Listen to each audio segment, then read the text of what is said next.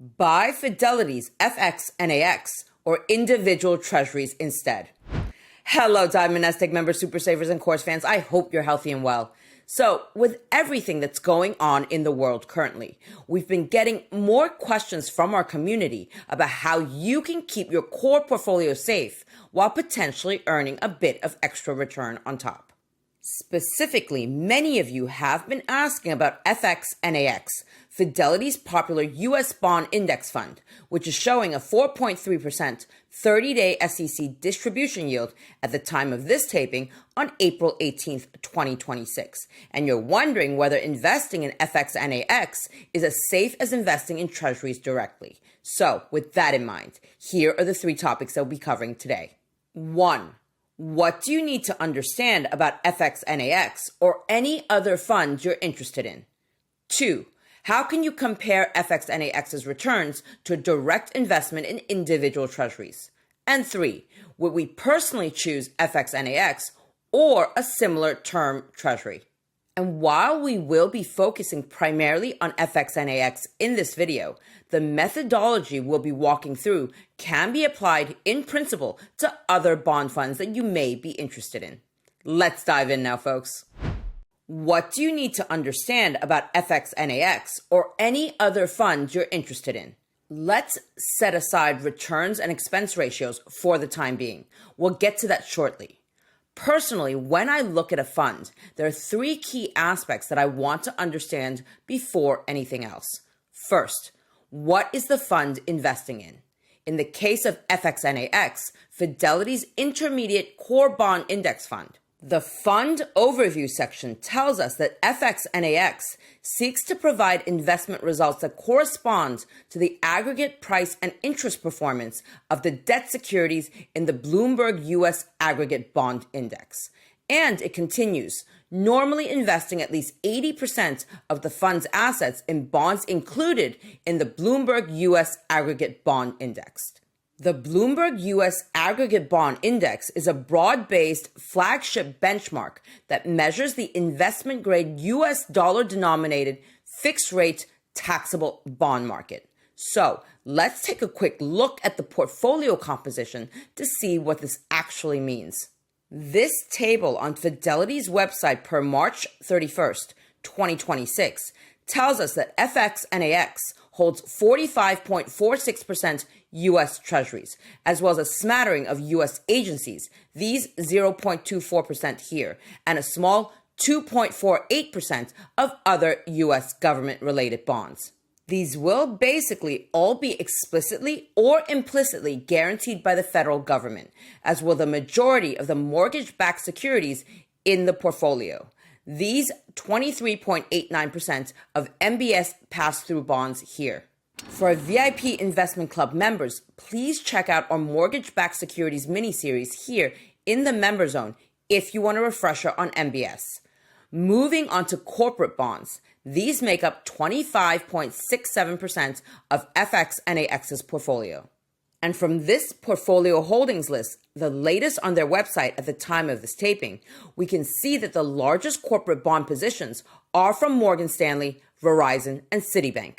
We won't go through the portfolio line by line for FXNAX in today's video, but if you want to do this for the fund that you're interested in, now you know where to find this information. So, in addition to corporates and the other different types of fixed income instruments we just mentioned, there are also some small positions of asset-backed securities, ABS, and commercial mortgage-backed securities. These will all be investment grade because remember, the index tracks only investment grade fixed-rate U.S. bonds. However, they will generally not be backed by the U.S. government, either explicitly or implicitly. So that was the first key aspect I want to understand when I look at a fund. What is the fund investing in? The second key aspect that I would want to understand is what is the credit risk rating of FXNAX. We couldn't find an overall rating for FXNAX on Fidelity's website. However, they show this little table on their summary page that, as we already expected, confirms that most of the portfolio per March 31st, 2026 was 70.4% U.S. government risk, and that the other bonds are all investment grade with a rating of BBB or better. And if you don't want to do the math yourself on what this credit rating composition means for the overall credit rating of FXNAX, you can go to the free Morningstar website where they show this AA average credit rating for the fund at the time of this taping. At the current time, the United States and its treasuries carry a AA plus or equivalent rating from S&P, Moody's, and Fitch. So this slightly lower AA rating overall is not surprising, given that there are, among others, 12.52% of single A and 9.73% of BBB in the portfolio as well. Let's now look at the third key aspect that I would want to understand about the fund. What is the average maturity of FXNAX? To find this information, we can go back to Fidelity's summary page and scroll down to this portfolio data table. And here we can see that the weighted average maturity of FXNAX was 8 years per March 31st, 2026, the latest available at the time of this taping, which is in line with what we would expect for an intermediate bond fund. So now we know 3 key points about FXNAX. First, it is a broad-based ETF that tracks almost the entire investment-grade U.S. dollar-denominated fixed-rate taxable bond market. This translates into a portfolio with a majority of U.S. Treasuries and other explicitly or implicitly government-backed bonds, but with about a quarter of private sector corporate bonds and related securities as well. Second, FXNAX's average credit rating is AA, so maybe one notch below the U.S. government's current AA+, but still a very solid investment grade. And third, FXNAX's weighted average maturity is 8 years. Please keep in mind that these are the latest numbers at the time of this taping, per April 18th, 2026. They change all the time though, so please check for the latest updates whenever you're watching this video. And let's move on now to the next part of today's discussion. How can you compare FXNAX's returns to a direct investment in individual treasuries? Let's look now at FXNAX's returns, as I promised before.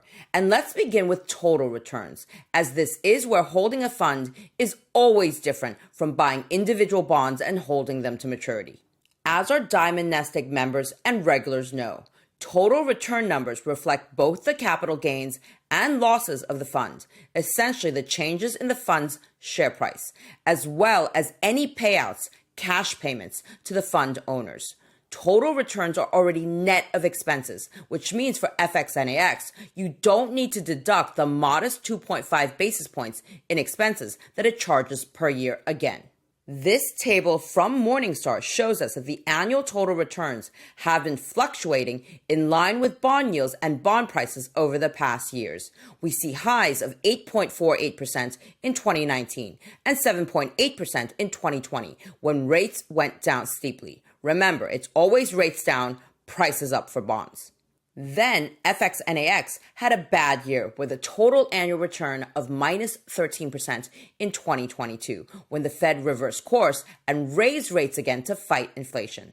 The fund showed a more moderate but still positive return of 1.34% in 2024 as rates stayed elevated. After that, we saw a bit of volatility again, driven mostly by rate changes and expectations. Up 7.13% in 2025, and so far up 1% for 2026 at the time of this taping per April 18th, 2026. As expected, these numbers are all very similar, although not 100% identical to both the underlying index and comparable funds in the market, the category line here. That said, I know that some of you may care less about any price changes in the fund, but are more concerned with the payouts of the fund. How much in cash FXNAX pays to its owners every year. And this is indeed the key measure if you're investing in a bond fund to build an income stream for retirement or any other purpose. To measure these cash payouts, and the cash payouts only, the financial industry has developed the concept of the distribution yield, how much in cash a fund pays out per year, measured as a percentage of the fund's share price. And just like for the total return, the costs and expenses of the fund are already deducted. Now, there are several ways of calculating the distribution yield. each with their own pros and cons. For the purposes of today's video, let's look at the 30-day SEC yield, or 30-day yield for short. The 30-day yield tries to estimate the distributions, the cash payouts you might be expecting over the next year from FXNAX if you bought it at the latest available price per share. As I just mentioned, the 30-day SEC yield is just one way of evaluating a fund's distribution yield. If you're interested in learning more about how to evaluate a fund, then check out this recent video on fund performance metrics, link below. It includes the formulas used and their limitations. So back to FXNAX and its 30-day yield. The important thing you need to remember is that the 30-day yield is based on historical data and that it is not guaranteed in any way, shape, or form. Past performance is not indicative of future results or events, as we always say, and the 30-day yield is a textbook example for this rule. And by the way, this is a very important difference to bonds that you own directly. Because if you buy an individual treasury directly, for example, it will pay you exactly the coupon that it promises until it matures under a standard no default assumption. We'll come back to this later. So, Fidelity's website shows us a 30-day yield of 4.3%, which was the latest available data at the time of this taping per April 18th, 2026. Is a 4.3% 30-day yield good or bad? Well, as so often in life, that depends on what you compare it to. But for the purposes of this video, we will be looking at the yield that you would get if you bought U.S. Treasuries directly. As our Diamond NestEgg community knows, Treasuries are generally considered risk-free for almost all practical purposes. Plus, they're also regarded as the most liquid investment in the world. And that's why Treasuries are so often used as the basis for comparing other investments against, why Treasuries are considered the benchmark for financial markets all over the world. Now, the average maturity of FXNAX is 8 years, as I explained before, but there are no treasuries that are issued with such a maturity at auction. So to keep it simple, let's look at the 7-year treasury, which shows a yield of 4.04% at the time of this taping on the Treasury's daily treasury par yield curve rates page. So, an estimated 4.3% 30-day yield for FXNAX, or a guaranteed yield of 4.04% for the 7-year treasury. What do you think? Are these differences large enough to make you consider FXNAX over individual treasuries? Or is it the other way around? For me personally, these 20-odd basis points in potential difference are not enough to sway me towards buying a bond fund like FXNAX versus an individual treasury directly. So let's move on to the next part of today's discussion to see what might sway me in one direction versus the other. Would we personally choose FXNAX or a similar term treasury? Now, my personal inclination aside, there are some good reasons why an investor would consider a bond fund like FXNAX. First, a fund gives you immediate diversification across an entire portfolio of underlying investment-grade bonds, even for the smallest investment amount. For example, you can buy a share of FXNAX for around $10 per share at the time of this taping, whereas the minimum investment required to buy an individual treasury bond is typically at least $1,000 on the leading brokerage platforms and $100 on Treasury Direct, the latter of which comes with other disadvantages, such as if you ever wanted to sell that treasury. The second reason for considering a bond fund: you don't have the time or knowledge to learn about buying individual bonds, or perhaps you just want someone to take care of it for you. A bond fund gives you professional management.